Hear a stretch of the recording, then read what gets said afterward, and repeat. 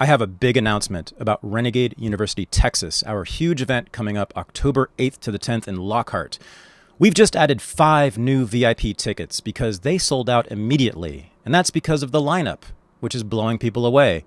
We will have Scott Horton, Hotep Jesus, Cody Wilson, Jack the Perfume Nationalist, and Deirdre McCluskey joining me and Buck Johnson at the event sponsored by Paloma Verde CBD, October 8th to the 10th. Go to renegadeuniversity.com/Texas to get your tickets now. I can't wait to see you there. Thanks. Thank you to Brightside for supporting Unregistered. Brightside offers personalized, life-changing anxiety and depression care from your own home. So take your free mental health assessment and get up to $100 credit on your first month of treatment at brightside.com/renegade. This is the Unregistered podcast, and I'm Thaddeus Russell. This is a show about ideas, people, and behaviors that are considered inappropriate, out of bounds, or beyond the pale. The things you're not supposed to talk about if you're a school teacher, a college professor, a businessman, a politician, a parent, a neighbor, or even a podcast host. These are the things you're not supposed to say or even think if you're a good liberal, a good conservative, or a good citizen. Each week, I'll interview a person who has something bad to say. They might be a journalist or a professor. They might be a porn star or a drug dealer. They might just be an ordinary person with an ordinary job who doesn't care about the rules of polite society. I'm not interested in breaking the rules just to be a troublemaker. I'm interested in people who break the rules of conventional thought and to expand the scope of what is possible to say in our society. I'm interested in people who make me think.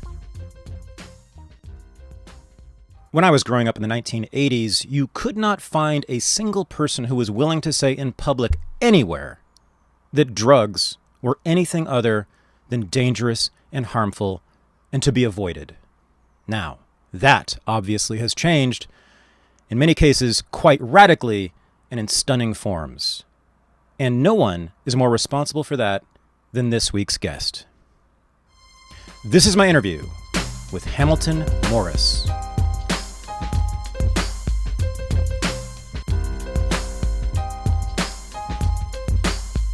I am joined from Brooklyn, New York by Hamilton Morris, who I consider to be one of the most courageous. I don't know what do we call you, Hamilton? Are you a journalist? Are you a documentarian? Are you a scientist and public intellectual? Maybe all those things, but you're the most courageous of those. And I also think the work that you've done is historic in that it is really just, I've never seen anyone talk about drugs the way that you do in a public space as consistently over so many years, and had such an effect now that you had this show, Hamilton's Pharmacopeia, which everyone needs to go watch immediately, and they will see why I want to have you on, because we converge quite a lot on this. So I just want to say thank you for being on the show, and thank you for the work you've done for many, many years, not just on that Vice show, but in your podcast and in many other forums. So thanks for being here. Thanks for having me and the kind words. I appreciate that. Sure. So you, let's talk about, I know you've talked about it a lot, but I want to obviously begin with the show, which just finished its 3rd season, I guess, and that's the final season, unfortunately. But a lot of people, I think, would see that show, if they don't think about it much, as a guy who goes around taking drugs and talking about how awesome they are. You do a lot of drugs in the show, and you do talk about their beneficial attributes, but you have a thesis. There's an argument being made from beginning to the end, I think.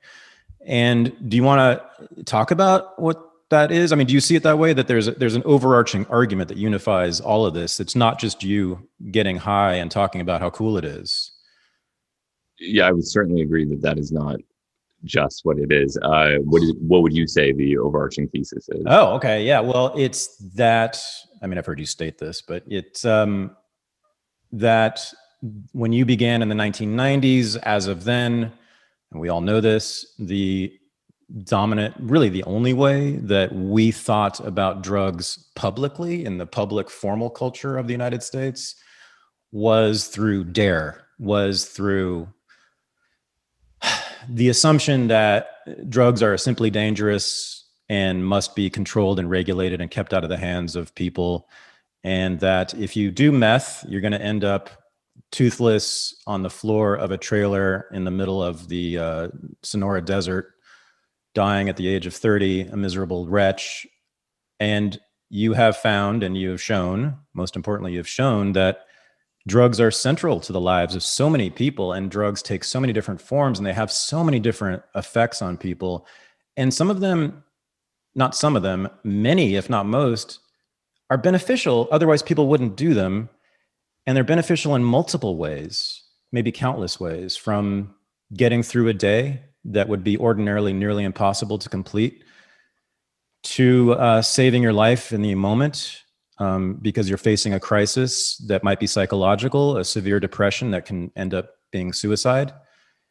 I mean, I'd like for you to expand on this, but you've shown that drugs have been grossly misunderstood. And then also I think the other major part of your thesis is that, and the show is much of it, and this is why the idea that it's just you getting high is so ridiculous. But I do think people might, on the surface, if they just saw the trailer, they might think that the science has been essentially ignored until very recently about drugs, about what they actually do. And so I think you're trying to present to people, give to people the real science so that they can decide how to interact with these drugs, whether to use them, how to use them, whether they're good for them, what the dangers are, all of that. How did I do? Is that reasonable? Yeah, no, I certainly would agree.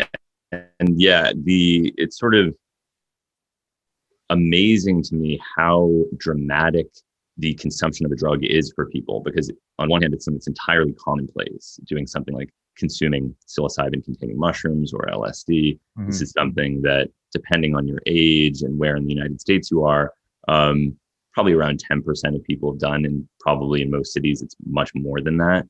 And so I was always surprised by how much people seem to care about depiction of drug use, why it was so controversial, because at the same time, most of these people have, if they haven't consumed psilocybin containing mushrooms or something like that themselves, they certainly know someone who has. And I even at one point calculated how much of the show actually was the depiction of me using a drug, and it was some vanishingly small portion of the show, right. Maybe 5%, maybe less than that even. Right. But that's what everybody talks about, and right. Often the response is like, "That guy's got the best job in the world. Right. How do I get that job? Right. Oh my god!" And exactly. And they seem to actually think that is what is happening. They're like looking at a hallucinated version of the show and not recognizing what is actually taking place. Of course, it's not about me consuming drugs at all. And if that's 5% of the finished product, it's 0.005% of the actual production. It's, and if the point were to take drugs, making a documentary about it is absolutely the least efficient, least enjoyable way to do it. That was never the point. The point is to show people something they may have never seen before, or to show drugs in a way they may have never seen them before. And if I were to show myself consuming drug, it was always for the purpose of trying to illustrate something, and in the episodes where I don't show it, in almost all these instances, I have at some point in my life tried the drug, because I feel that intellectually and journalistically, it's irresponsible to report on a substance that you have no personal experience with. Right. It's too easy to buy into hearsay or whatever narrative you've been sold by other people.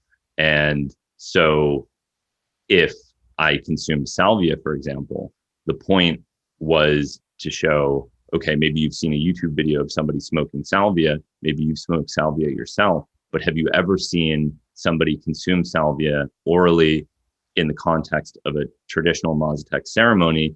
And will that help you appreciate that what you think you know about salvia isn't the whole story, that there's more to it than that, and that the way this drug is used and the effect that it has is very much culturally dependent and dependent on how the drug is administered and dose and other factors.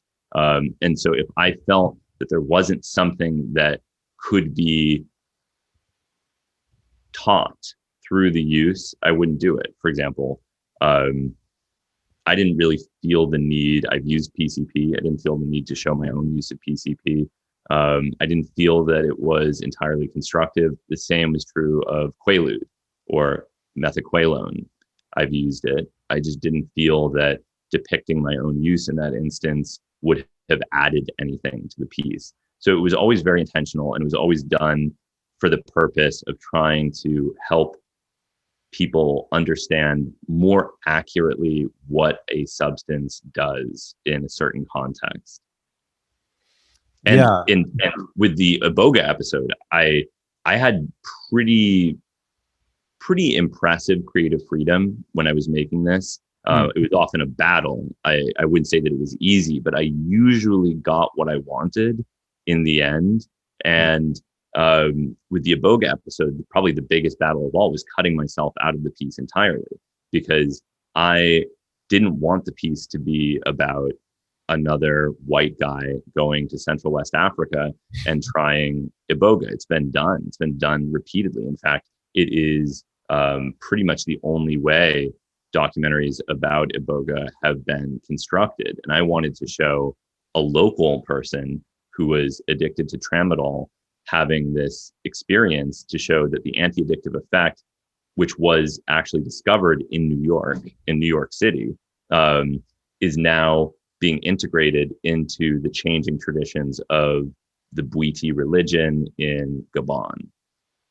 Wow. Yeah, no, I love that too. It's anti-colonial, I guess, is what you were doing there. Anti-colonialism in a sense, right? Well, I think it was more interesting. That's the thing. Sure. It's like, what would be, first of all, I don't use opioids, so I'm not the person to demonstrate the anti-addictive properties of Iboga, but there are many people in Central West Africa who are becoming addicted to tramadol because it's so prevalent and inexpensive in that region. And so this was also a way to show that side of the story, which has not received all that much coverage.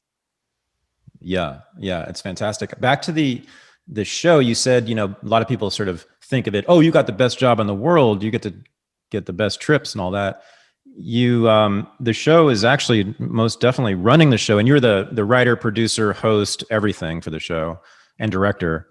It's not the best job. It's one of the hardest jobs. I've made documentary films. I know what this is about, and I've never done it to the extent that you have. And I know the amount of work and the suffering, and especially given your subject and having watched the episodes and seeing what you're doing here and the people you're dealing with and the situations you're in, especially, and the danger, the risks, there's just the profound weirdness for most people watching. And then, I'm sure your crew had to have some difficulties with this and just getting it done. Do I need to go on? But why don't you go on about it? It's not the difficulties of it, I think, are evident for anybody who pays attention to it. It was immensely difficult. And I think that there's a reason why there aren't more shows like this, or even more things like this that have been done. I mean, for all of the attention that is paid to my occasional consumption of a psychoactive drug, there are many things in that show that have never been captured on film before by anyone ever. I know. And, the clandestine synthesis of methaqualone, clandestine synthesis of MDMA in a operational lab that's never been filmed before. Right. And there's a reason. It's not easy. It's extremely difficult, and it's extremely dangerous. And to do it in such a way that you are able to accurately depict the science and prevent anyone from going to prison as a result of their involvement is immensely stressful. And that was always a huge concern. People will say, oh, were you ever afraid? And really, I was not all that afraid for myself, but I was often very afraid for the people that I was interviewing. And I wanted nothing more than to protect them and to make sure that nothing happened to them as a result of their involvement with these projects, because, that's a risk I don't think I could have tolerated that. I don't think I could have dealt with it if it had ever happened. And on top of that, there was an almost, a lot of people, when I would sometimes talk to people, they'd say like, oh, you're going to go to prison if you ever talk to the media. I mean, historically, there's been this idea that you can't trust the media in this domain. And anybody who's from, who's a journalist or a documentarian, stay away from them, because at best, they're going to do a bad job. At best, they're going to get the science wrong, or make some kind of false claim about what you're doing, or misrepresent or sensationalize in one way or another. And so being able to gain the trust of people and protect them was tremendously difficult and stressful. Yeah, you exhibit an obvious, very high level intellect throughout. It's always very accessible and clear, but you clearly, you've been around some thinkers in your life, and you've clearly read a few books. There's no question about that. But I think to me, where you stand apart from almost everybody, not everybody, almost everybody, there are a few colleagues, I think they're friends of yours who do this too, but you have, to me, what I see is a very open and generous heart, in particular toward people who do drugs and have done drugs. And it's that in itself is revolutionary, because until very recently, all we did was pity them or shame them or be angry at them and attempt to regulate, control, or punish them. But you're not at all interested in any of that. You're interested in understanding them, I think, on their own terms, and then also using their experience to maybe make an offer to the viewers that can, of new possibilities for them and drugs. Well, certainly. I mean, I think when you look at a sort of typical television depiction of drug use in a show like Intervention, the way that the use is described is that this person's life is a mess, and the reason their life is a mess is because of drug use. But they almost always end up undoing their own thesis somewhere in the episode, where they start talking about how the person was a victim of some kind of sexual or physical abuse as a child, or how their marriage or their career fell apart for some reason. There's always some sort of external stressor or psychological problem associated with it. And then when you look at it through that lens, a very different picture emerges, one where the drug use is actually the only good thing in a terrible life. Right. Instead of the drug use being a tragedy, the drug use is solace in a life that is a tragedy. And I see that all the time, in South Africa, where you have a lot of people using Quaalude, or they call it Mandrax. I remember I was selecting music to play behind some of the scenes of people smoking Mandrax, and there's a standards and practices department, and they said, oh, well, you can't play celebratory music while people are using drugs. That will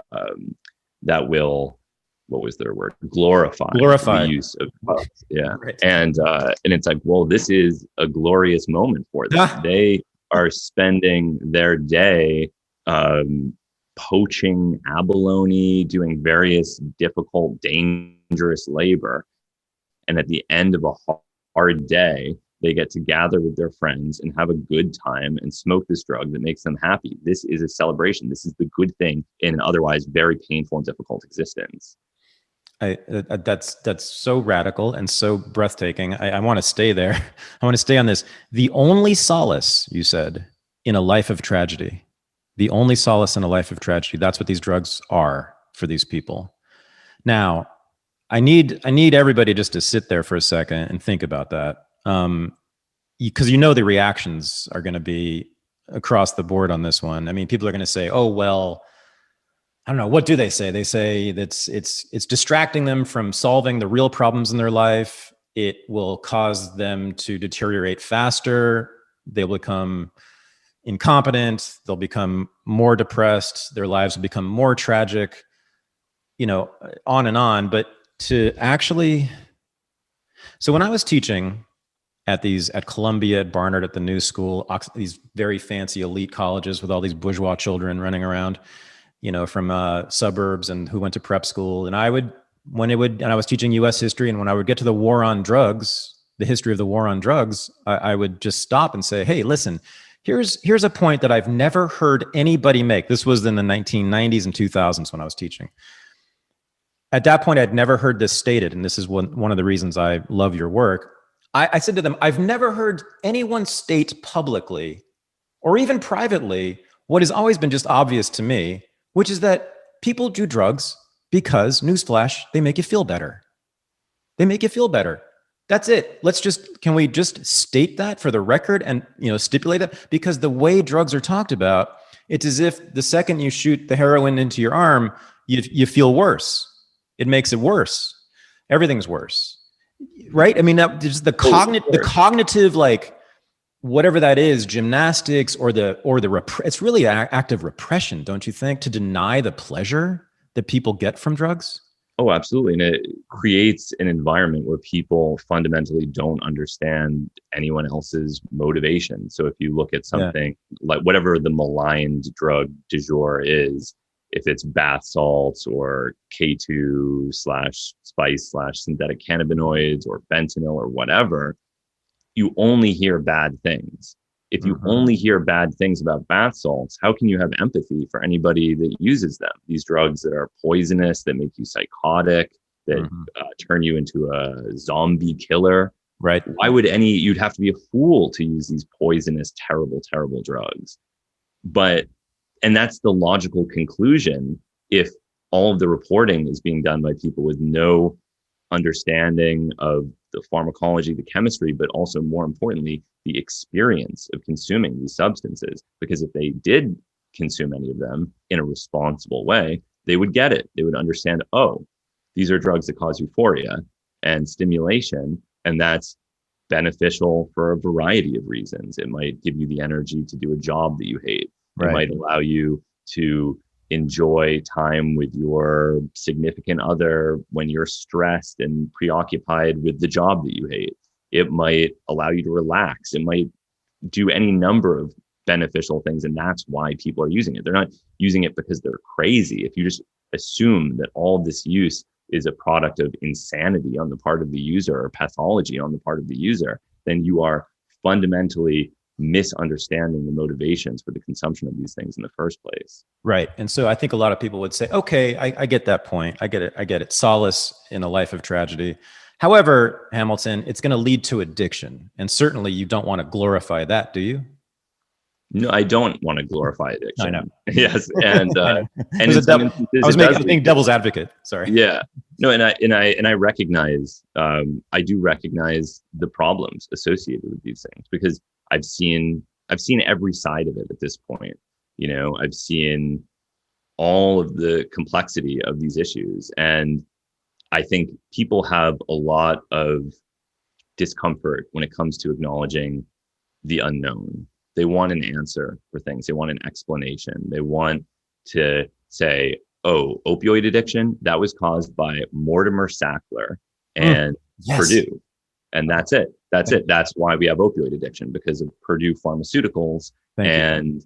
That's it. That's how it happened. Mortimer Sackler. He was greedy, and if we penalize them sufficiently, then we'll have justice, and that will explain everything.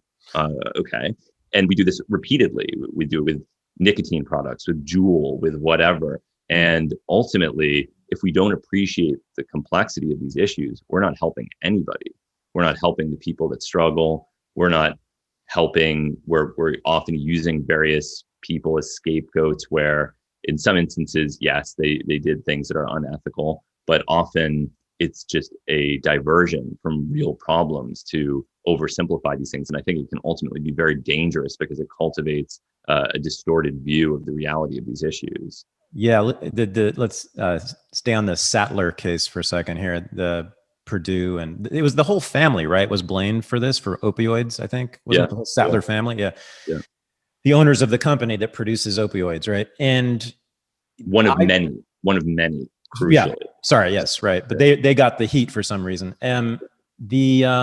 What I think I saw around that was that this was a bipartisan lynching because people on the right love to attack them because they're pushing the stuff that's killing people in Kentucky, their voters. And people on the left especially hated them because they were capitalists making money off of evil drugs. So that family had nowhere to run. Certainly nowhere to run, because who wants to stand up for Mortimer Sackler? Who wants to stand up for the Right. billionaires who have profited off of an epidemic and built an empire with their blood money? No one wants to defend those people. And they're a perfect scapegoat because they're rich. They have evil sounding names. And it's just a perfect oversimplification of a very complicated issue. But what about the fact that there were at least a half dozen, if not a dozen, other pharmaceutical companies that were simultaneously selling all of the same drugs? What about the fact that oxycodone addiction has been a medically recognized phenomenon for close to a century? Right. Are we just going to pretend that is not a thing? What about the fact that people have known about the addictive potential of opioids for as long as they've been used? Mm-hmm. And we're just going to pretend? I knew in middle school that Percocet was a drug that had recreational value. How is it possible that I in middle school knew that and physicians didn't know because a drug rep told them? And then at what point is the physician responsible for their own ignorance? And at what point is a user responsible for their choices? I mean, there was you're familiar with the photographer Nan Goldin. Sure. Yeah. So, I mean, she's credited with inventing heroin chic and is certainly someone who has interacted with the downtown New York City drug world. Mm-hmm. Well, she became a very prominent anti-Purdue, anti-Sackler activist. Oh, there you go. She was prescribed oxycodone and would lead these protests against the Guggenheim or whatever for accepting the blood money to open a wing of the museum. And it really makes me wonder, like, you really didn't know that oxycodone had some continuity with the heroin that you were familiar with in the past? Like, at what point are people also responsible for educating themselves and making choices about the substances that they put in their body? And I understand that that's a complicated issue. Nobody wants to blame a person for their choices because that's no fun. It's much easier to pick a scapegoat of some kind or create some kind of narrative where everyone but the person is responsible for their own actions. And I don't think that helps people. I'm not saying that to be cruel, because I recognize that there are major problems with drug education in our country, that many people are ill-equipped to understand medicine and pharmacology, to the point that, most people don't really have an awareness of even the milligram dosage of the tablets that they consume, whatever they might be. And so I'm aware of the limitations of individual knowledge, but I also think that if we completely deny individual responsibility in these issues, we get ourselves into very serious trouble. And it's a pattern that won't help anyone. If the point is to help people, if the point is to ensure that these sorts of tragedies are avoided in the future, I think that emphasizing personal responsibility, as unfun as it might be, is extremely important. I love to have sponsors who change my life. So let me tell you a story that I've told before, but with a different ending. So I spent a decade back in the 80s and 90s doing psychoanalytic psychotherapy with various therapists across the country, actually, spending tens of thousands of dollars and never really feeling any better because of it. That's because I didn't have this service called brightside.com. There, you get to screen countless therapists and counselors all over the world who can meet with you via Zoom on the internet, meaning from the comfort of your own home. That way, you get to find the exact right person for your particular needs. Go to brightside.com/renegade to get $100 credit toward your first month of treatment through brightside.com. Again, that's brightside.com/renegade. because I have used it and I am starting therapy with exactly the right person. Brightside.com/renegade. Change your life. Thank you. So you picked a topic, you picked one of the subjects about which, I don't know about the rest of the world, but we know that Americans are essentially unable to be rational about. So sex is the classic one. You know, when you talk about sex, Americans can't, it's a purely emotional reaction, right? Drugs is another one. They can't think with their rational mind about drugs because it is a moral issue, right? When a moral issue, there's good and evil, and we know it's very clear who's right and who's wrong all the time. Very clear Manichaean structure there. I mean, that's essentially what you've been up against.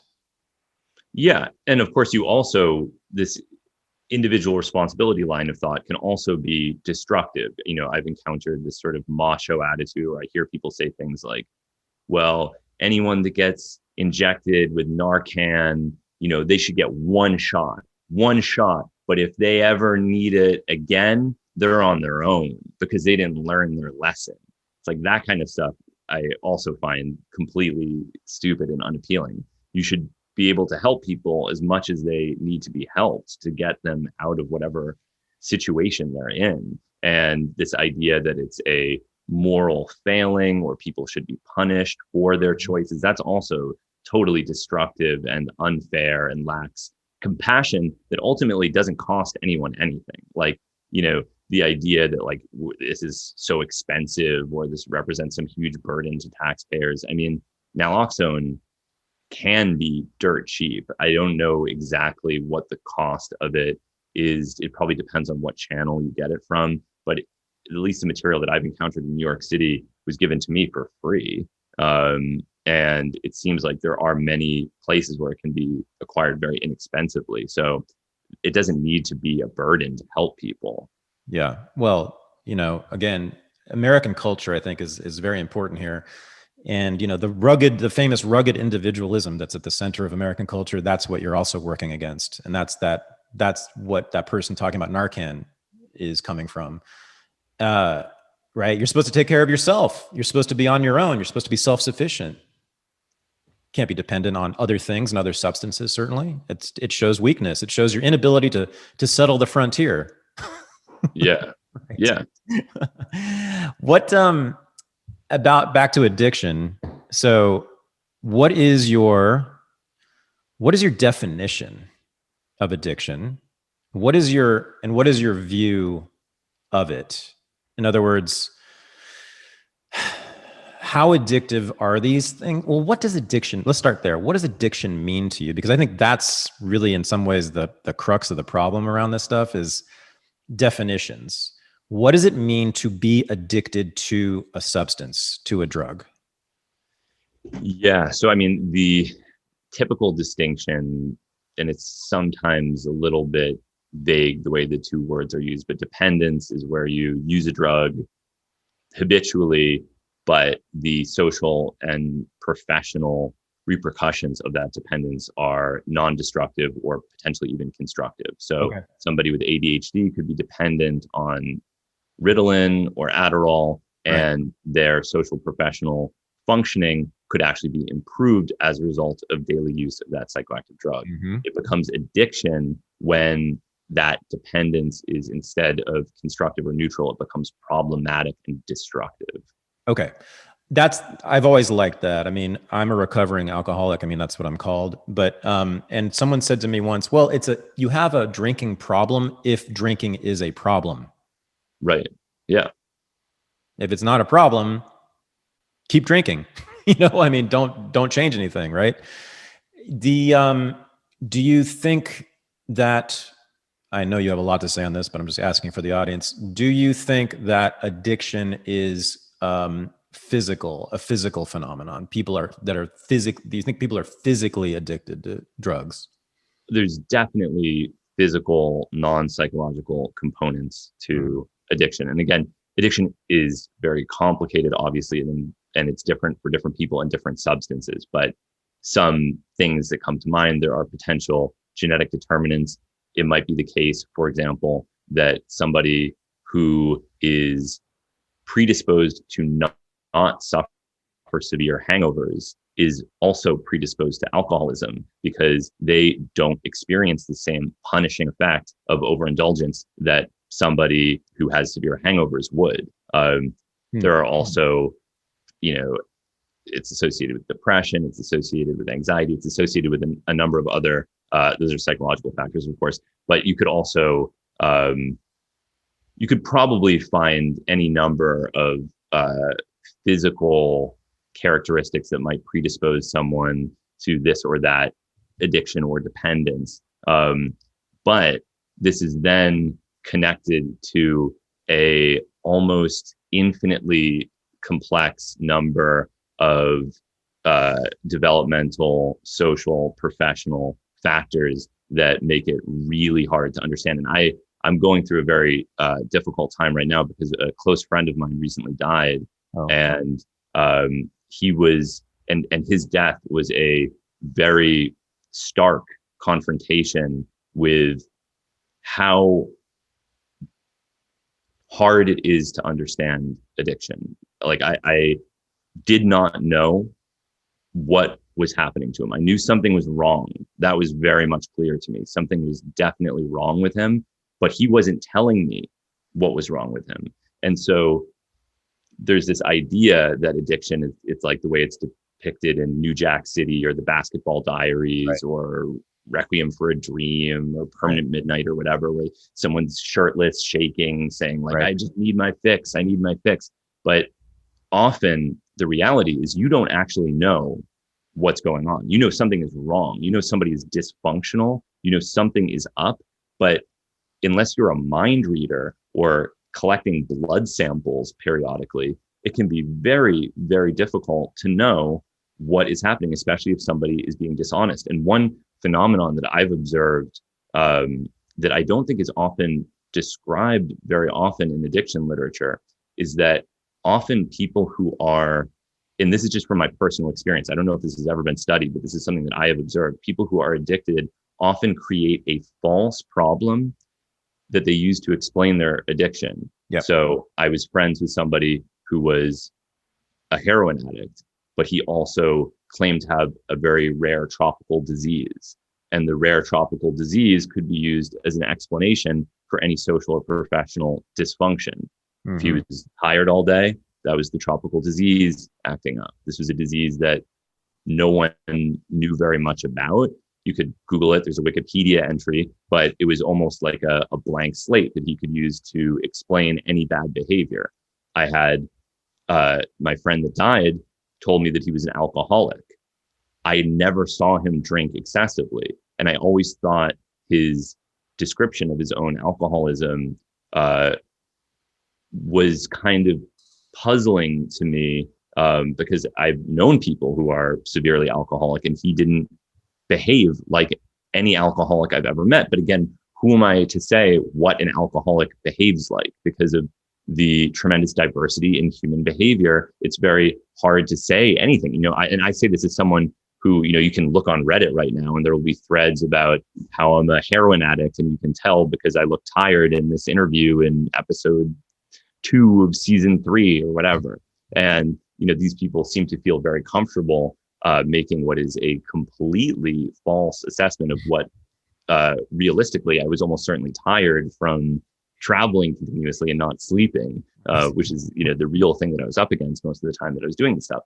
So I was kind of in this state of uncertainty, knowing something was wrong, knowing that he was telling me that he was an alcoholic, knowing that it didn't quite make sense, but I couldn't figure it out otherwise. And what was really happening is that he had become very, very severely dependent and addicted to dissociative anesthetics. Oh. And but he never said that to me. And occasionally I'd bring it up and I'd say, are you taking ketamine? What's going on? Are you high right now? And then he'd say, no, I'm not high. And I'd say, like, well, I almost hope that you are high, because if you're not high right now, there's something very severely wrong with you cognitively. Yeah. And like, you need some help. You need to see somebody about this. And he'd say, no, I'm fine. And then it can have this sort of reverse gaslighting effect where you start to wonder, well, am I the crazy one for even, am I being an asshole because I'm suggesting that there's some dysfunction at play here? Maybe I'm just being overly critical. Maybe he is fine what he says. And so that was, this whole experience, which was a sort of multi-year unfolding with a very close friend of mine, was a very dramatic confrontation with how complicated it is to recognize and assess addiction. And then when it comes to why was he addicted? Was it because he was depressed? Was it because he was anxious? Was it because he suffered some form of childhood trauma? He didn't say. So it's, again, it involves this sort of endless speculation for a behavior that was ultimately mysterious to me, other than, and most of what I did, I didn't learn until after he died, when people contacted me and would say, oh, well, you should probably know that 2 months ago, he texted me and said that he needed help getting ketamine because it was the only way that he could feel normal or whatever. And so, a lot of what I learned, I didn't know at the time, because he was strategically hiding any information from me that would have allowed me to understand the severity of his problem. Why do you think he hid it? And why do you think people do that? Well, one very obvious reason is because he didn't want to stop. And he knew that I was disapproving, because I had been aware that he used dissociatives. And I was also aware that when he used them, the results were very negative. He would say that they were the only antidepressant that worked, and he just needed to find a therapist who understood that ketamine was the only antidepressant that could really help him, and then say, I know that's how you feel, but I honestly think that that's the last thing that you need, is somebody who's going to give you additional medical justification for what you're doing, because I'm watching what happens to you when you take these things, and the results appear very negative to me. You're experiencing severe cognitive dysfunction. You're acting in a socially disruptive and strange way. It's making you delusional. And this was years ago that I was having these conversations. And then he recognized that I was critical of his use, and that if he said, hey, I'm getting high on ketamine, I would say, don't do that. We've talked about this. This is not a good strategy for you. You should try to find a more constructive way of dealing with whatever it is you're dealing with, because this is not going to be sustainable. And so, I've seen it, personally on a number of occasions, and it's very hard to help people who aren't honest, because they know that they'll be judged, because they know that that not only will they be judged, they know that implicit within that judgment will be pressure to change their behavior that they don't want to change. When did he die? He died about a month ago. Yeah. So you're still very much in it. Yeah. And I take it he's not the first person you've known like that. He's the closest person, the closest friend I've ever had, where I watched the unfolding and even some of his, friends would say, well, Hamilton, how could you have not known? And the reason I didn't know is because he didn't tell me, or he would do things to hide it. And, I wasn't a full-time investigator of his life. We worked together. We were very close friends, but he might disappear for a couple of days, then come back and say, oh, I was dealing with this or that thing. And, I just didn't really know what he was doing. And like I said, due to my own personal experiences with other people projecting their false interpretations of some behavior onto me, I have this maybe naive tendency to trust people and assume that they're telling the truth to me when they talk, partially because most of the time I'm very non-judgmental about these things, because I recognize that it's usually not constructive.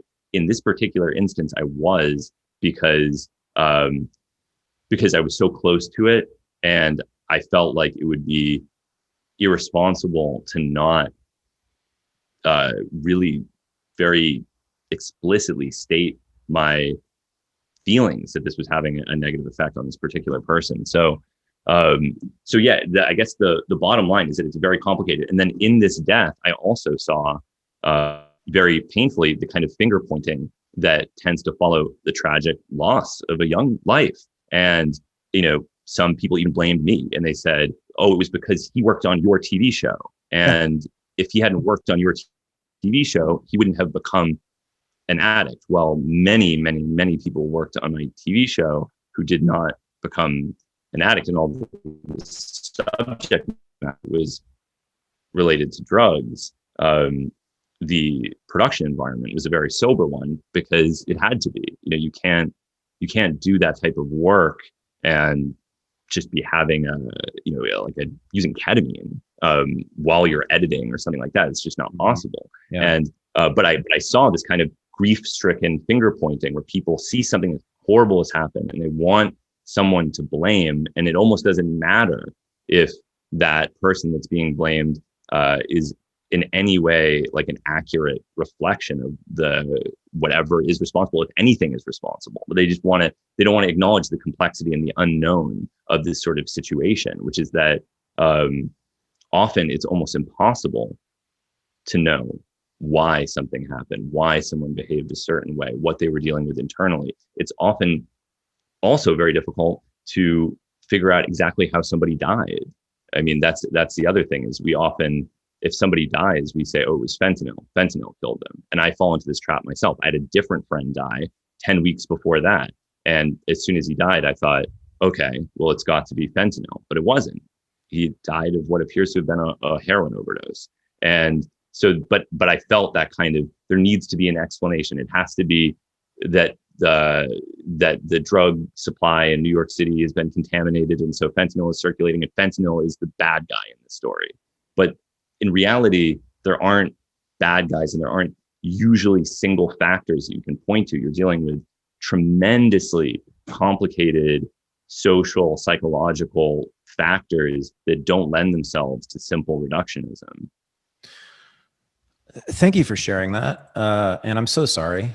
Yeah, no, me too. I mean, it's been very difficult, and but it's also been a sort of a learning experience because I've seen it from the outside for so many years. There's a famous story where a teenager named Brett Chidester killed himself, and his mother, grief-stricken, was looking for some explanation. Why did my son kill himself? And she was reading his diary, and she found an entry where he said that he had smoked salvia.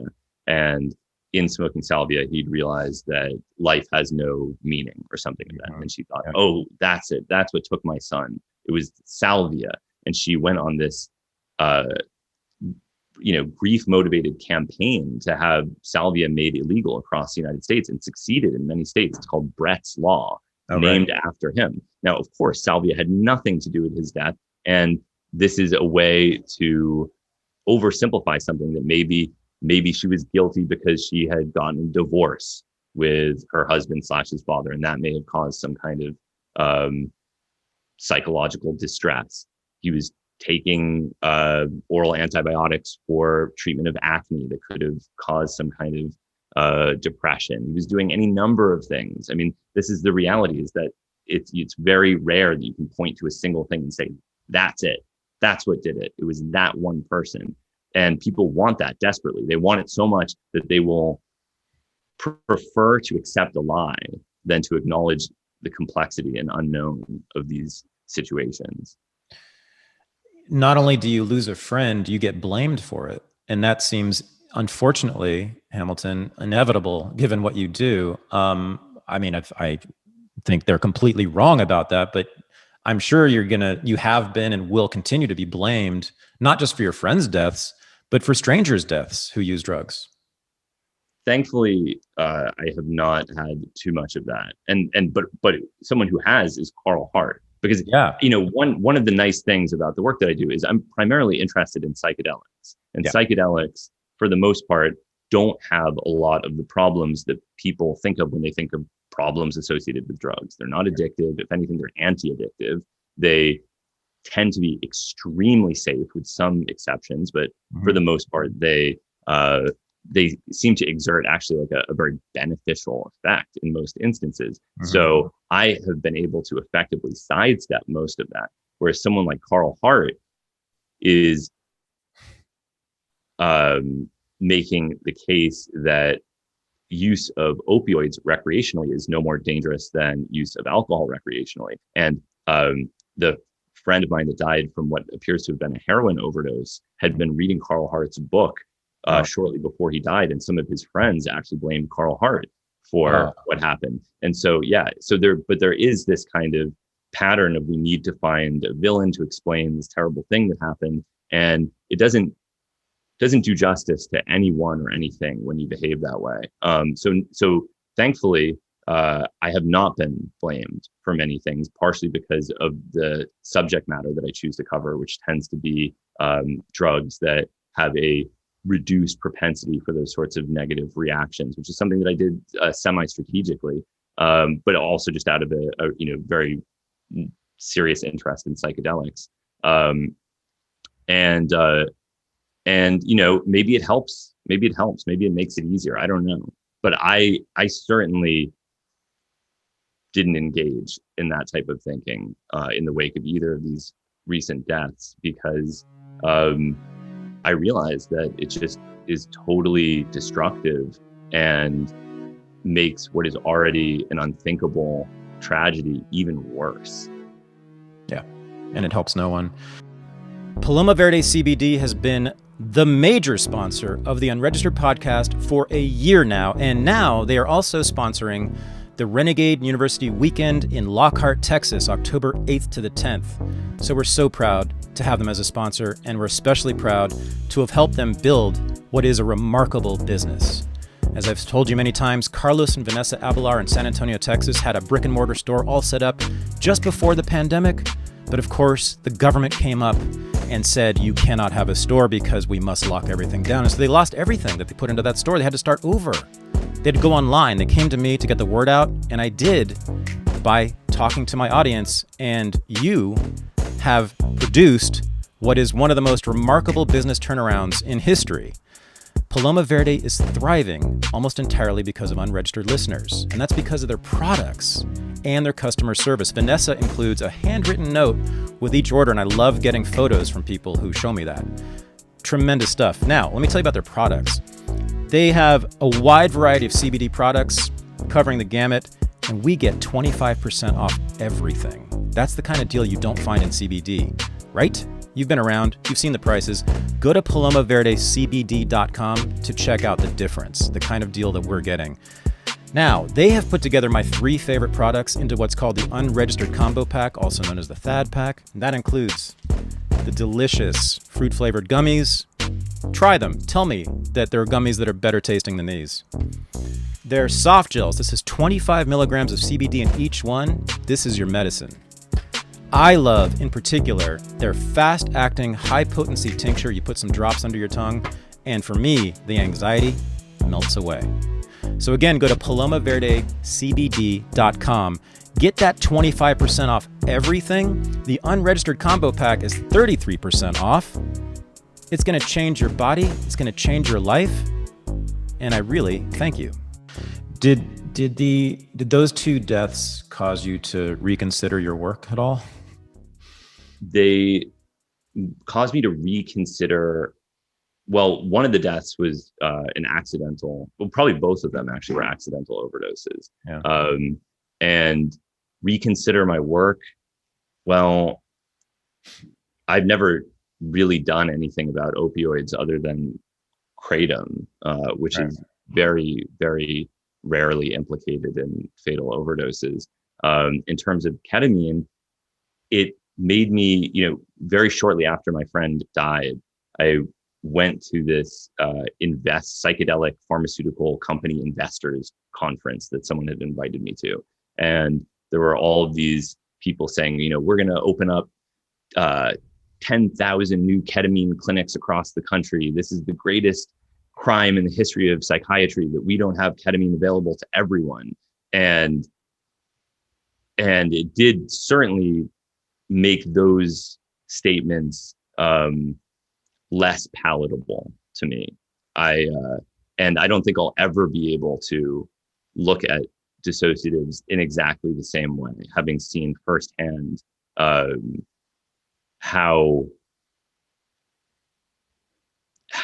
much trouble they can cause for one person. And I'm not saying for a moment that no one should use ketamine or that it doesn't have therapeutic properties or anything like that, or that it should be illegal or anything. It's just, if anything, it gives me appreciation of the complexity of addiction, increased appreciation of it. And it is a lesson in how difficult it is to be a user of drugs in a non-medical environment where there are no resources available to test and dose the substances before you consume them, which puts you in a very disadvantaged position. I mean, a lot of the harms that people associate with drugs are not intrinsic properties of those drugs. They're properties that are a product of prohibition, ultimately.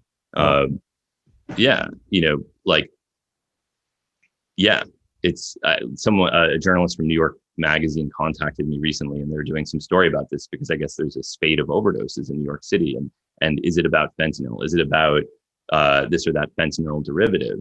And it's not about a drug. It's about prohibition. And it's about a lack of resources that are available to people to test the drugs they use, to dose the drugs that they use, and to find help if they are in trouble or they are in some kind of a position where they can't control their use. No one can accuse you of being romantic about drugs at this point, right? Well, I mean, I think they're endlessly fascinating. And, having seen, I've seen a lot of things that many people would probably consider the worst case scenario. When I was a freshman in college, my best friend had a psychotic break while under the influence of a psychedelic, and I was there with him when it happened. And he never recovered from what happened. And I talk to him to this day, and it is, something that was very shocking and disturbing to me, and it remains disturbing. But the reality is that I do think that what happened to him would have happened anyway.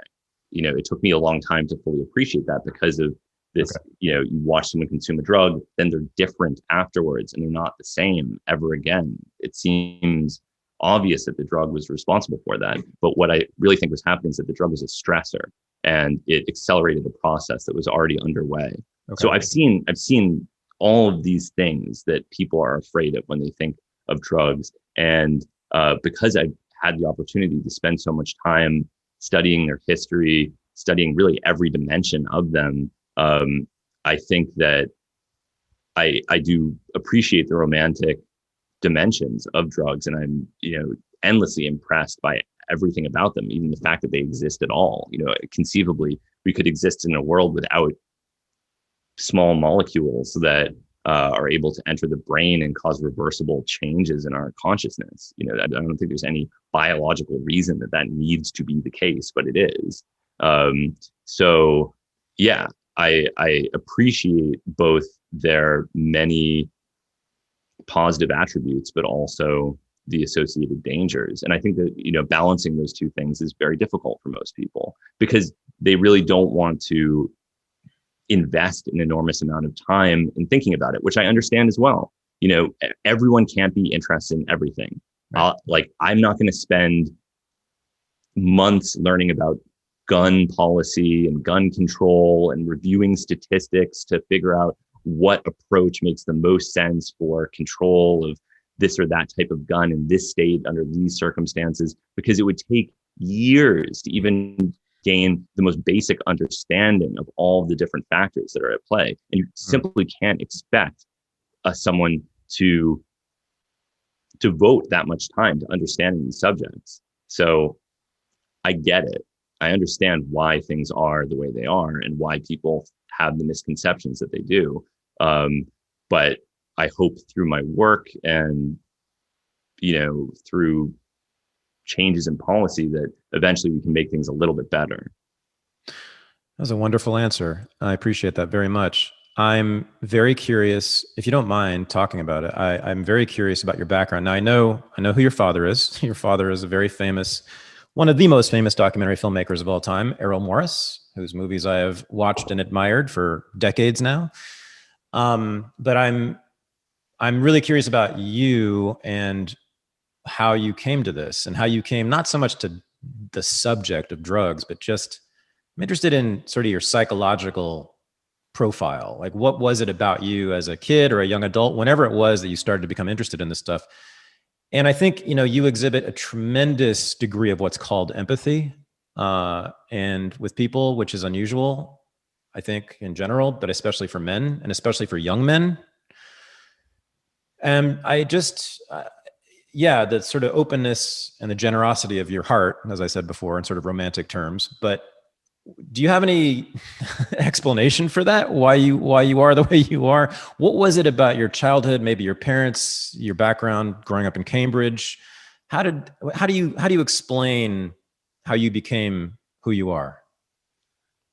Well, I did have an upbringing where I was exposed to a very diverse community of all sorts of different people, people who were mentally ill. There's a lot of mental illness in my family, people who were intellectual scientists, whatever, artists. And I just started to see, a very wide variety of different types of people. And it became curious about people. I think that's the main thing is, loving to talk to people and to learn about their perspective.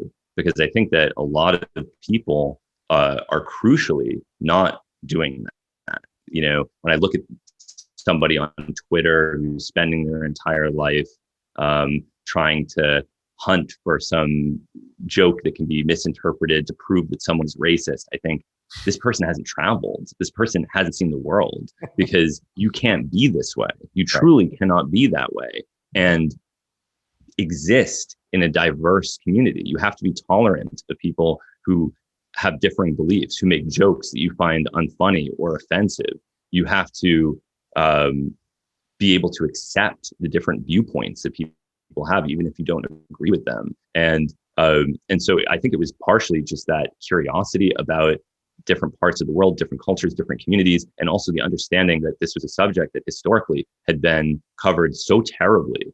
The bar was so low that almost anything would be like the best thing that had ever been made about that particular subject.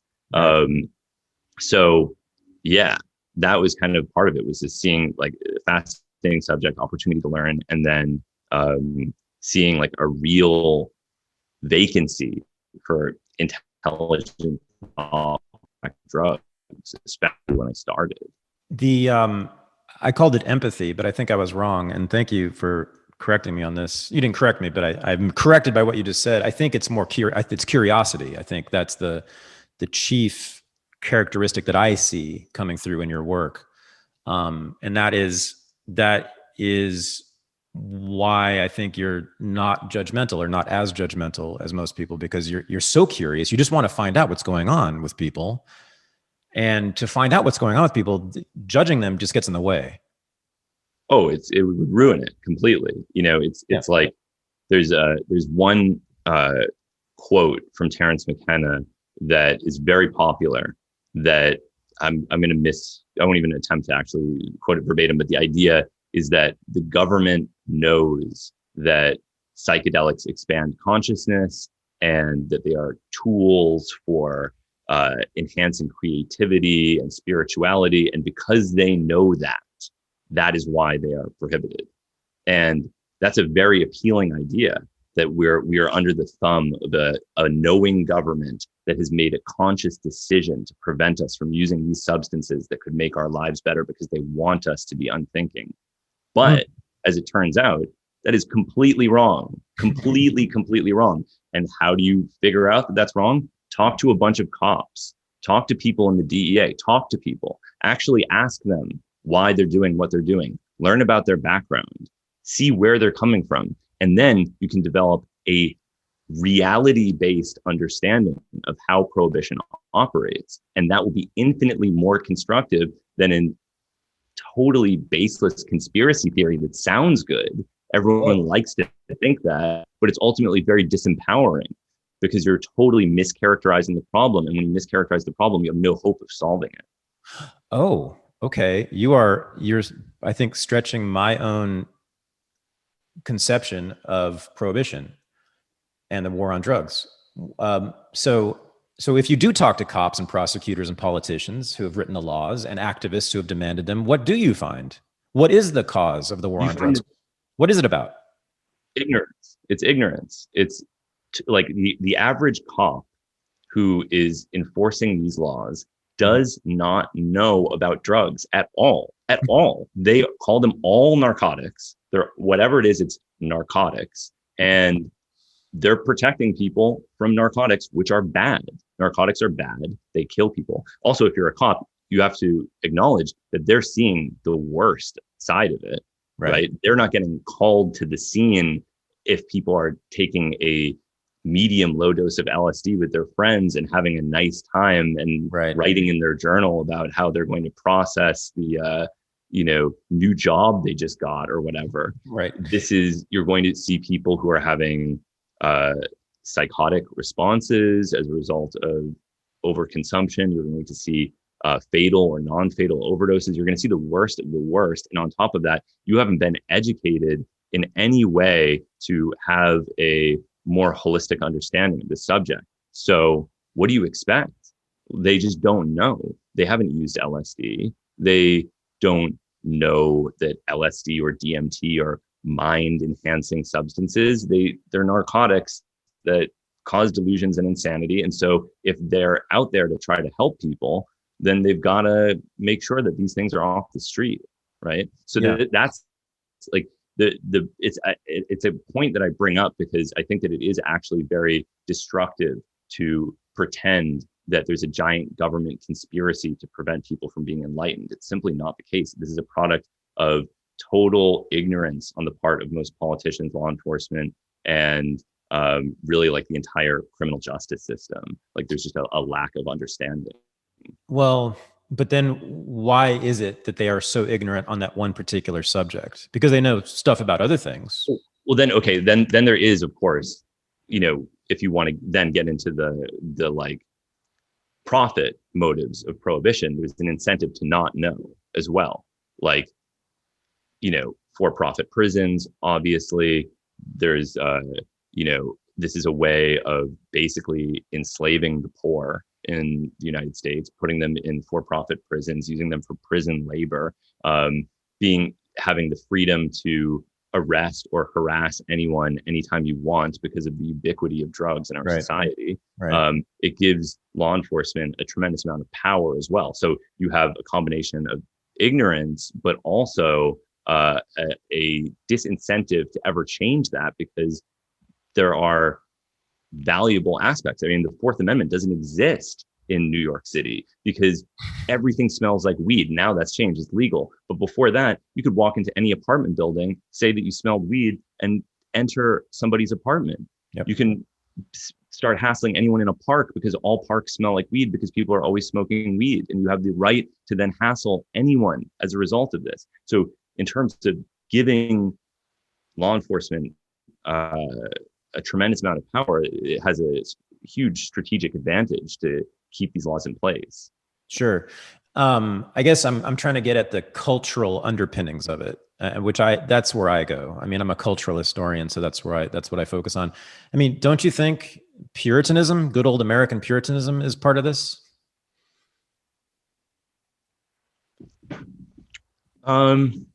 Yes, I do. I think it's part of it. I definitely think it's part of it, but it's part of it in what is a very transparently hypocritical way, right? Because most people will still consume nicotine, caffeine, alcohol, and so on, and various pharmaceutical drugs as well. But there is a kind of condescending, self-satisfied attitude that a lot of people have. Like, come on, man, you're doing heroin, and I have to wake up at 8 to do my job. And you're out there just messing around, having a good time. Well, that's not fair. That's not fair to me. You deserve whatever you've got coming to you. So yeah, I think there is this kind of idea that people are behaving in a hedonistic, self-indulgent manner, and they deserve whatever they get as a result of that. Right. Because when you are doing drugs, usually, not always, I take that back. When you're doing the kind of drugs that you're interested in particular, you tend not to do any work, that civilization would appreciate at least, right? You're not out there building bridges or curing cancer. You're not serving in the army. You're not teaching children to read. You're not being a productive citizen. I mean, I think that's actually true, which is one of the reasons I'm actually for to people taking psychoactive drugs, because I don't want to live my life in service of the civilization that I happen to be born into. There's something one of the things I love about what you're doing, or this culture, I should say, of drug taking, is the individualism of it, meaning that it is about the individual and their needs and their desires rather than the greater community. Does that at Yeah, all I mean, comport with but, your? but you can also, if you want, you can very easily argue that drug use has very constructive purposes, even within this sort of capitalist, uh, Yeah. profit and productivity driven framework. Mm-hmm. Can point to Kerry Mullis having discovered PCR while he was on LSD that he had synthesized. Right. This is not only something that was valuable to society, it was one of the greatest breakthroughs in the history of genetics Right. that happened while someone was tripping. And there are Sure. probably countless other less dramatic instances of somebody using a psychedelic and having insight into how to better live their professional life. So I don't even think in that instance, the argument is entirely true. Although, of course, there is totally non-constructive hedonistic use of substances that is, self-destructive. And I think for the most part, I agree that that's not. I think people should be free to do whatever they want, but I understand why somebody would be opposed to that. It makes sense to me that if you see someone who's drunk all the time, you would say like, well, I don't approve of that. That's not good. And especially if you don't have an appreciation of the kind of medical dimensions of alcoholism and the complexity psychologically of treating it and everything else, it's just very easy to say, well, that guy is a problem and why should I help him? Well, the culture around drugs in, say, Western Europe is very different than here, isn't it? How's Don't you think? Well, we have Portugal, right? The great Yeah, yeah, example. They've been, yeah. what is it, 12 years now, 13 years at least, something like that? Right. Yeah. Portugal and Spain. And yeah, there are countries that have successfully done this and the results appear to be very promising. I mean, I think that if all of the resources that were dedicated to arresting and imprisoning people who use psychoactive drugs were dedicated to treatment and research on drugs, then we could very quickly address many, not all, but many of the problems associated with problematic drug use. I mean, like one thing that I think about a lot is we talk about the problems with opioids. And we don't as frequently talk about the problems with GABAergic sedative hypnotics like Valium. And one reason is that they don't tend to kill people. So a drug that is addictive, but it doesn't tend to result in fatal or accidental overdoses of any kind, is a lot more digestible in our culture for obvious reasons, because when somebody dies, that's it. There's no hope of ever helping them. But until that happens, there's always hope. There's always the potential for recovery. But that wasn't always the case. Before the advent of benzodiazepines, you had barbiturates. Barbiturates were dramatically less safe, and people, Jimi Hendrix, Marilyn Monroe, overdosed on them accidentally all the time. They were just far, far, far less safe substances. How did we solve the problem of barbiturates? We developed better drugs. That's how that problem was solved. No one uses them anymore because they're too dangerous. Now we have benzodiazepines. Benzodiazepines are extraordinarily safe by comparison. So we are not at that place yet with opioids. We haven't figured out how to eliminate respiratory depression associated with opioid use, and we haven't figured out how to prevent or mitigate problems associated with their dependence. We're just not there. One day, I imagine we'll improve things, if for no other reason than the alkaloids in kratom, like metragenine, already show that it's possible. That's a natural product that's already ticking most of the boxes that we're looking for when it comes to improving the pharmacology of opioids. So it's definitely possible. Maybe we'll never have a perfect solution, but it's clear that we can do better than we have thus far. I've been a daily kratom user for a year now, and I use it about 2 or 3 times a day. And I really enjoy it, and it really helps me with a lot of things. But I'd love to hear, I know you have done shows on this, but just for the audience who may not know your work, why don't you tell us about kratom? Yeah, I made a documentary about it in the second season of my show, and it's a very, very, very politicized plant, almost more than any other plant that I can think of. It's one of the most divisive plants I have ever encountered. A friend of mine, a producer who worked on my show, started a kratom company, and he's been selling it, and he occasionally wants to collaborate with me on various things. And he was talking about, okay, let's make a video about the pharmacology of kratom, and we'll talk with this pharmacologist and release it on YouTube. And this will help distribute a survey that he created to better understand the demographics of kratom users in the United States. Okay, so I released this thing, and it's just like nothing that we said was, as far as I'm concerned, even remotely controversial. But even acknowledging that it's an opioid is controversial. Even acknowledging skeletal facts about its pharmacology have been politicized. So there are people that will say it's not an opioid. Well, it is an opioid. That's a fact. Well, define that. Define opioid. A drug that binds to opioid receptors in the brain. Okay. Yeah, or anywhere in the body, but in the brain is what people care about. Okay. And more specifically, the mu opioid receptor, which is the subtype of opioid receptor that is implicated in the euphoric reinforcing properties of opioids. Okay. So it may be different from other opioids in that it has a reduced propensity to cause addiction and respiratory depression. That is clear, but it is an opioid nonetheless. And so there is a popular kratom subreddit, r/kratom. You are not allowed to post anything in r/kratom that says that kratom is an opioid, or it gets deleted. What? Then, yes, yeah, seriously, yeah. Then you have a different competing subreddit, r/quitting kratom, and r/quitting kratom is dedicated to hating the plant and anything about its lack of addiction potential or its therapeutic properties is also not on the table for discussion. And so then a third kratom subreddit emerged, which is r/kratom with 2 M's. And this is supposed to be the one where you're able to honestly discuss all dimensions of the plant. But just to see that the 2 major places for discussion of this plant on the internet are so polarized that on one side of each, you can't say fundamental things about the plant, positive or negative, respectively, is kind of mind-boggling to me. You don't even encounter something like that with cannabis. So, okay, so what the fuck? Why is this politicized? You can get kratom at the store down the street right here. Like, what? Why is it so? Yeah.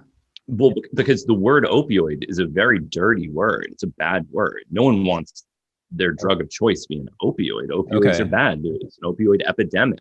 Opioids are addictive. Opioids kill people. Kratom doesn't have these things. Therefore, it must not be an opioid, as opposed to recognizing that it is an opioid, but it is an opioid that is free from many, but not all, of the problems that people associate with opioids.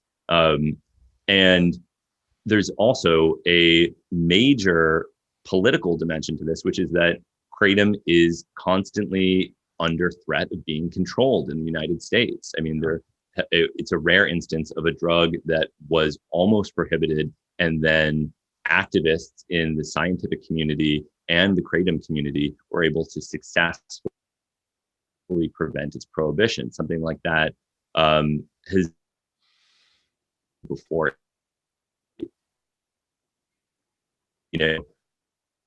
that very hard to prevent the placement of MDMA and these titans of that world, and they failed. It wasn't it wasn't possible. So this was an amazing success, but the precariousness of the legality of this plant remains an issue. And so people are afraid that if they say that it's an opioid, then that will be used, or they say that it's addictive, that will be used by prohibitionists to take away this plant that in many instances has had a very, very positive effect on people's lives.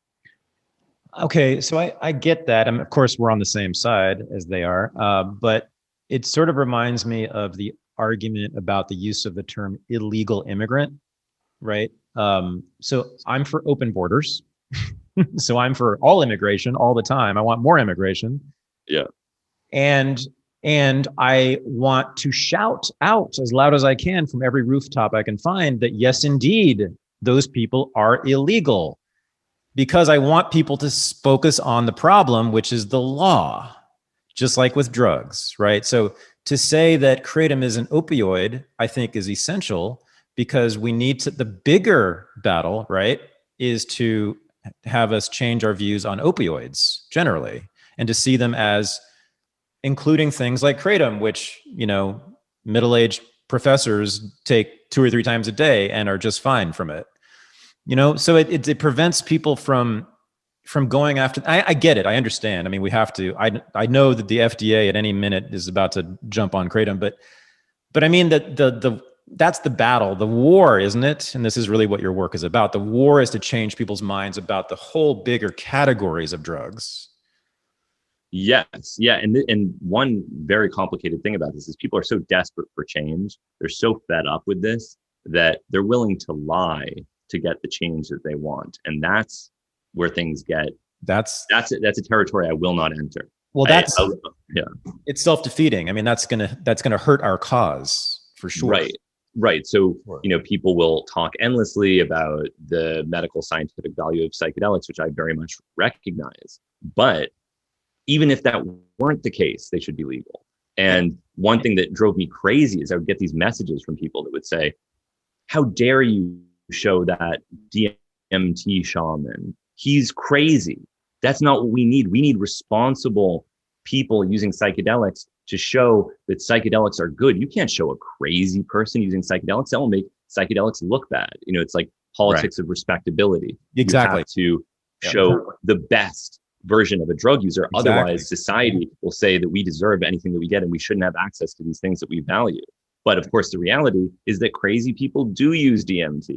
Yeah. And if you create a false narrative where everyone that uses psychedelics is a Silicon Valley executive who's microdosing to enhance their creativity and productivity, and that these things are only used as medicines, then you are lying as well. And that's not good for anyone. It's not good in the short term, and it's definitely not good in the long term.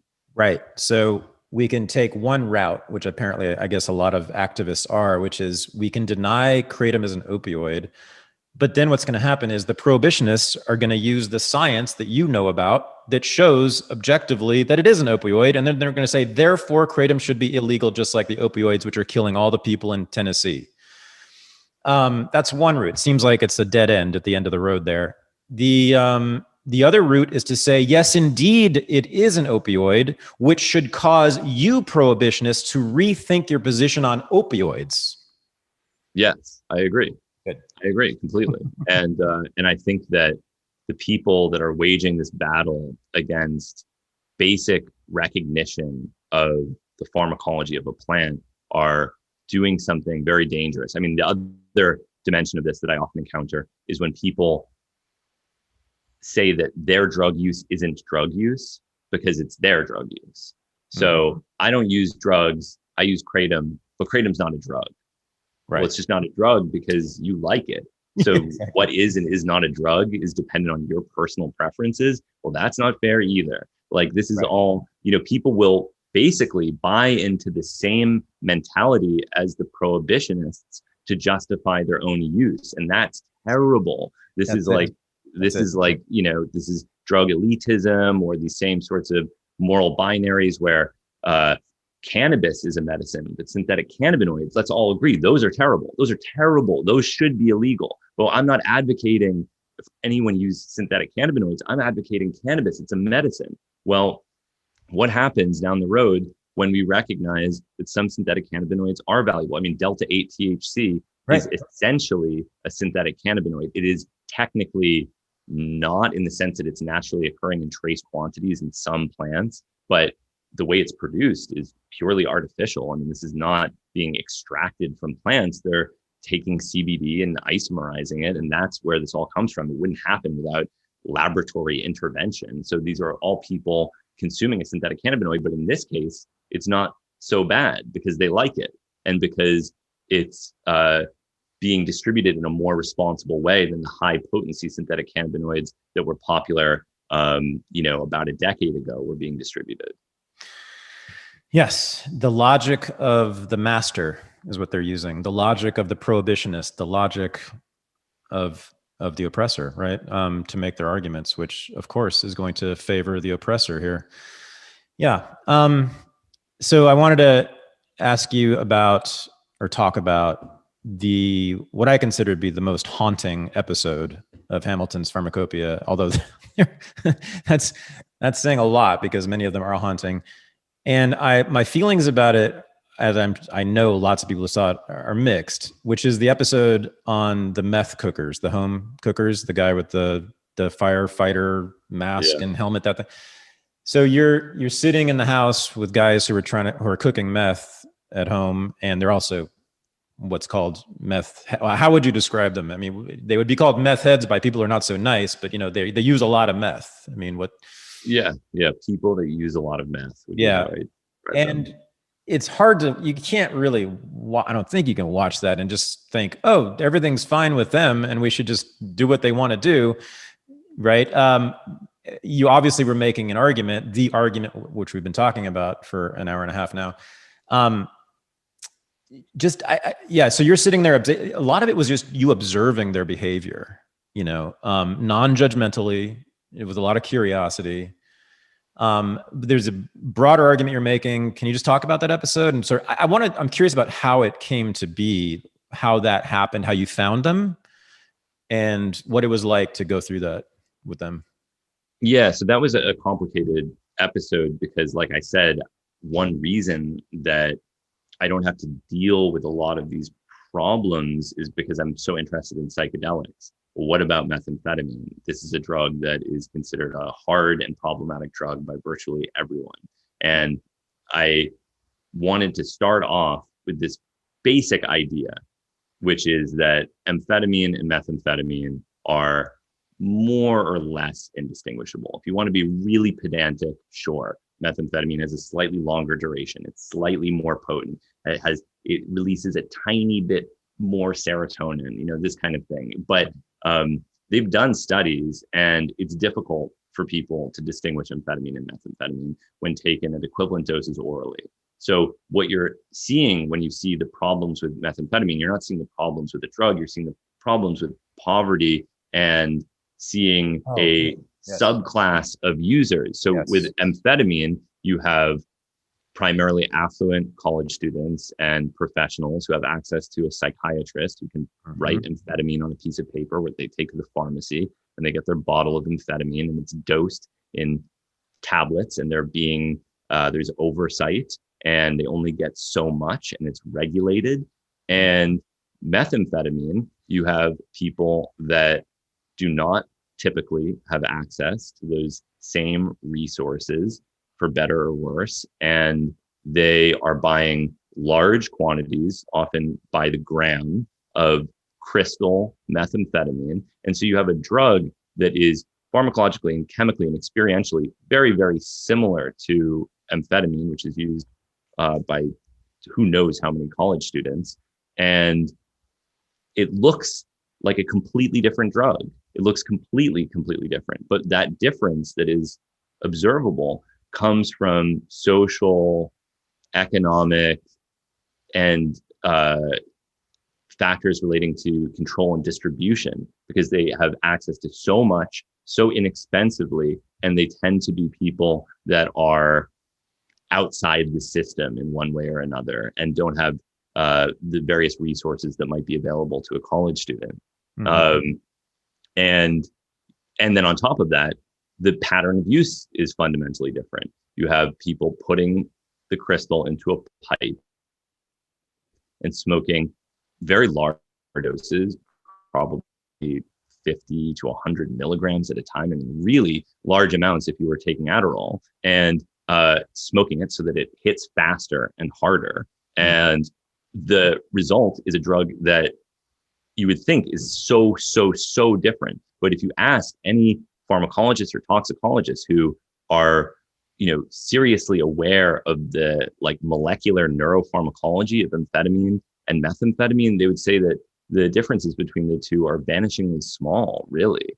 And so what you have is ultimately a cultural difference, or a socioeconomic difference, and a difference in distribution patterns. It can have such a fundamental effect on the way a drug is used. It's like, it would be like saying that craft brewed local IPAs are less dangerous than plastic jugs of vodka. Well, the active drug in both instances is ethanol, but the type of person that buys the plastic handle of vodka and the person that buys the craft IPA are different people, probably using the drug for different reasons, despite the fact that it is exactly the same drug. Yeah. Your analysis of class in this is so important and so good. It's been said that the war on drugs is primarily a war on the poor. And that seems very clear to me. I did meth when I was in college, loved it. 8 hours of a great time. And then about 5 years ago, I started taking Adderall, and I took Adderall for 2.5 years, and I got up to 80 milligrams. Was it a day? Yeah, that's a nice dose. That's a good yeah, bit. yeah. It might have had some negative effects physically, but anyway. So I stopped taking it, but it's clearly the same basic feeling. It just, for me, meth was just a little bit. Meth was a little more amped up, but it's the same basic feeling, and I love them both. I love them dearly. Certainly, I don't think I could.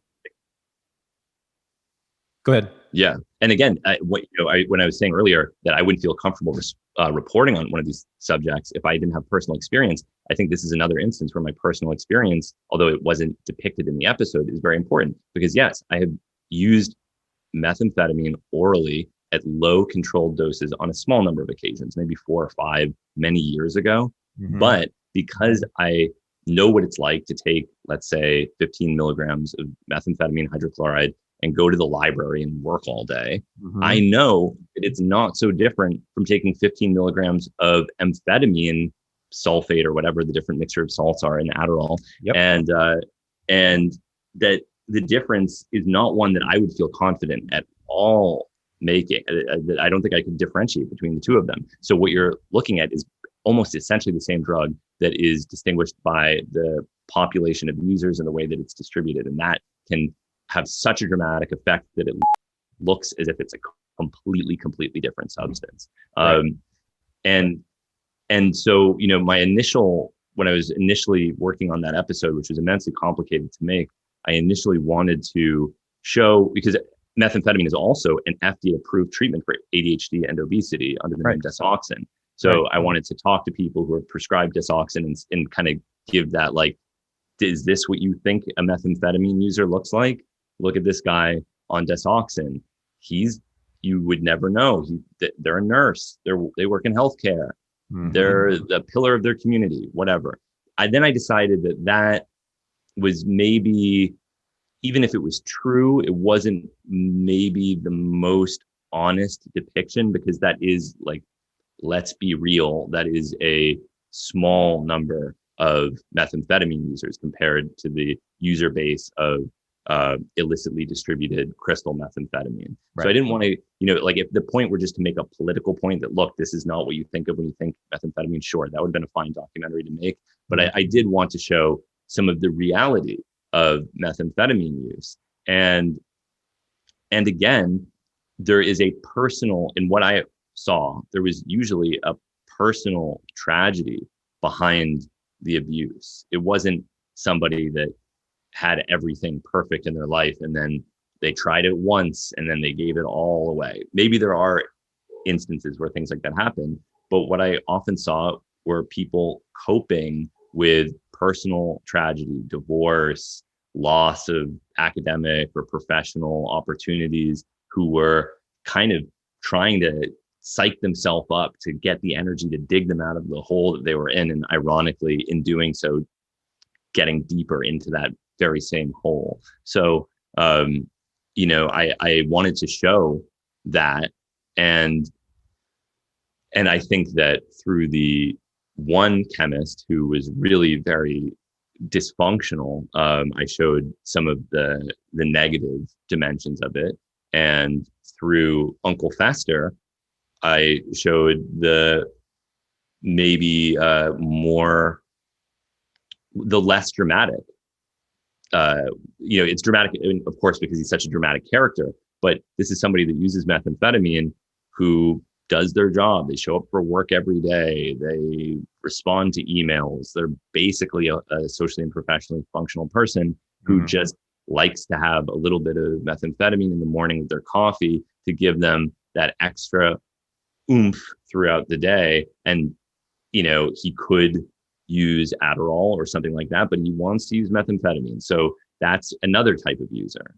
Yeah, great. I love it. Final thing, I want to go back again to your early years, your origins. So talked about the formation of your personality and your curiosity, which is wonderful. We didn't talk about your early experiences with drugs. So how did you start, or when and how did you start using? Why did you start using? What did you start using? What was your experience? And then why did you become intellectually and politically interested in drugs? Yeah, I mean, I was always, even since I was a child, like even since I was in kindergarten, I was very aware of the power of drugs. I remember watching television news as a child and seeing reports about people overdosing on alcohol and sleeping pills and thinking, wow, there is a combination of chemicals you can take and it will kill you. Just that idea in and of itself was totally amazing to me. I remember telling children on the playground, like, did you know that if you mix alcohol and sleeping pills, you can die from that? Like, it was just, as an idea, like, it was so impressive to me. And so I always had a sort of interest and respect for the power of drugs and chemistry, and a sort of neurotic fear of them as well. So when I was in high school, I actually didn't really use drugs. I used salvia a few times, and that of course gave me a sort of introduction to the power of psychedelics and also to the power of chemistry, because one of my first chemistry experiences was extracting salvinorin A from salvia. And so that was kind of the first time that I was starting to realize, oh, wow, there's all this interesting scientific work that can be done with these substances, and they have such a dramatic effect on consciousness. And it's all because of this one molecule, and this is what it looks like. And you can extract it using these solvents and remove the waxes and recrystallize it. And it's one of the most powerful, naturally occurring, mind-altering compounds. Like, it's just amazing. The power of it is totally amazing. It's like magic. It's like the sort of thing that people are attracted to in fantasy, but it's real. And so I was very, very interested, but I never tried a serotonergic psychedelic when I was in high school. It wasn't until I was in college that I tried a classical psychedelic. And that was because I was very afraid of them. Yeah, me too. I was terrified of drugs until college. In fact, even I think through college, I didn't really use drugs much at all. And I had this similar neurotic fear of them. But how about your family? I mean, were there people in your family who had experiences with drugs like this? I mean, did you just get it from the outside world? Well, there was, yeah. I mean, there were a number of interesting factors. My father's childhood psychiatrist was a notable anti-LSD researcher. I mean, she did other things, but she published maybe 4 or 5 papers on adverse reactions to LSD, especially in children. Wow. And so she had told my dad, there's mental illness in the family. This is the last thing you need, is to take these powerful mind altering substances. Don't do it. And so my dad said the same thing to me. Don't take LSD. Just don't do it. It's not worth the risk. It can have very negative effects. And my dad's a pretty reasonable person. I respect his take on these sorts of things. So I listened to him. And so, yeah, there was a fear, there was an appreciation. There had been people in my family who had had difficulties with drugs as well. And so I respected their power. I wanted to better understand them, I suppose, just because, the other thing, of course, is that the internet made understanding these things far easier than it had ever been in the past. Like when you think about what it was like to take LSD in the 1960s, I remember meeting a woman years ago, and she was probably in her 70s or 80s, and she had LSD that she'd kept in her freezer for decades that she claimed Janis Joplin had given her. And she said, well, I never wanted to take it because I wanted to have children and I didn't want to damage my chromosomes in any way. And so I just, decided that's off. That's something I'll never touch. And there were no resources available. These rumors could propagate so easily that many people that used LSD genuinely believed that they might be damaging their chromosomes and causing mutations in their potential children, in the same way that many people that used MDMA in the 90s did it with the genuine belief that they were causing irreversible damage to their brain, the way many people still use nitrous oxide and do it with the false belief that they are causing irreversible damage to their brain as well. You hear that all the time. Don't you know that if you take a whippet, you're killing 10,000 brain cells? Well, If it were a dramatically neurotoxic substance, they wouldn't use it as a pediatric dental anesthetic as like the first line in children. So this is not to say that it's completely safe. It does have associated problems. But so I was also growing up in this sort of privileged time where resources for better understanding drugs were becoming available on the internet. And I was able to sort of skeptically probe a lot of the things that I'd been taught and learn, okay, well, I read all the papers that my father's childhood psychiatrist had published and realized, okay, well, I see where she's coming from. These are children who accidentally took their parents' LSD in huge overdoses. That's not going to produce a desirable effect, especially if you have parents that are afraid of being arrested as a result of bringing their children to an emergency room, and people in the emergency room that might exacerbate things. I mean, there's so many different ways that we have made this much worse than it has to be, that it's almost like we figured out the worst possible way to do it. So anyway, this is a long way of saying that I appreciated their power because it was talked about and it was part of my upbringing. And I was lucky enough to become curious about it at a time when satisfying that curiosity was easier than it had ever been before. It was your dad telling you not to take the drug that caused you to be interested in it. Maybe. Yeah, maybe. The taboo, right? We know about taboos and what that causes. People want to be homosexuals, right? When they find out it's a taboo, they want to do drugs. When they find out it's a taboo, they want to do all kinds of things when it's taboo. Yeah, I mean, there are. Yeah, I think there's something to that. Yeah. So, last thing. So, Hamilton's Pharmacopeia on Vice is over, 3 seasons. Miraculous, historic, I think, show for reasons we've, I think, laid out here. It's just new in so many important ways. I know Carl Hart's doing similar work. Johan Hari's been on the show. He's doing similar work. But I guess no one's, to me, really put it all together in the way you have the science, the politics, the intellectual stuff, the personal experience. It's really quite something. Talk about what you're doing right now. You told me before we started recording, but people are going to be curious, very curious, I'm sure by now, and they're going to want you to do more. So what are you doing right now? And what are your plans for the future in terms of media production? Yeah, well, making the show was tremendously stressful, and I don't mind working hard.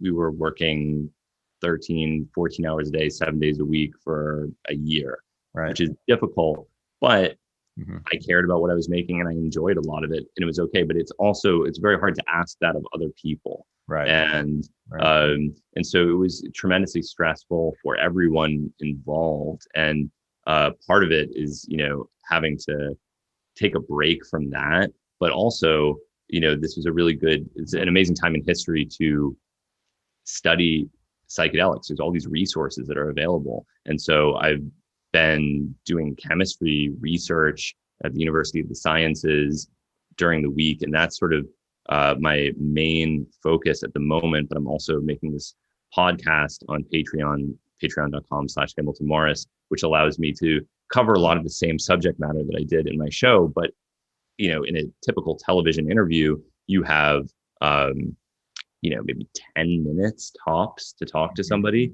Whereas in podcasting, you have as much time as you possibly want, and you can get really deep into technical issues that otherwise would be considered too dense or uninteresting. Although I think I went pretty deep into the chemistry in most of the episodes, but I can go even deeper now. So, yeah, I've been enjoying podcasting, and I've been enjoying just doing like synthesis of compounds. Okay. Well. Nice. Yeah. Very nice. Are you interested in teaching?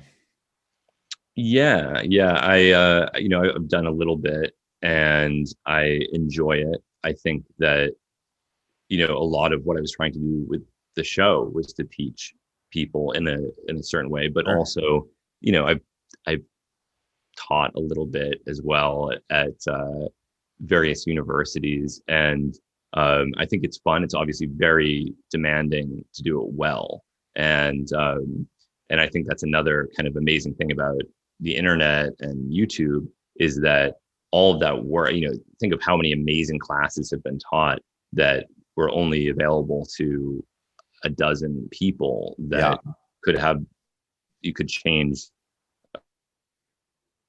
millions of people's lives with that same information by making it available on the internet. So that's, a big, if I do continue to do that sort of stuff, I do want to continue making things publicly available because I think that it's just better in terms of its impact, and it really allows the world to benefit in a way that's not possible teaching a dozen people in a classroom somewhere.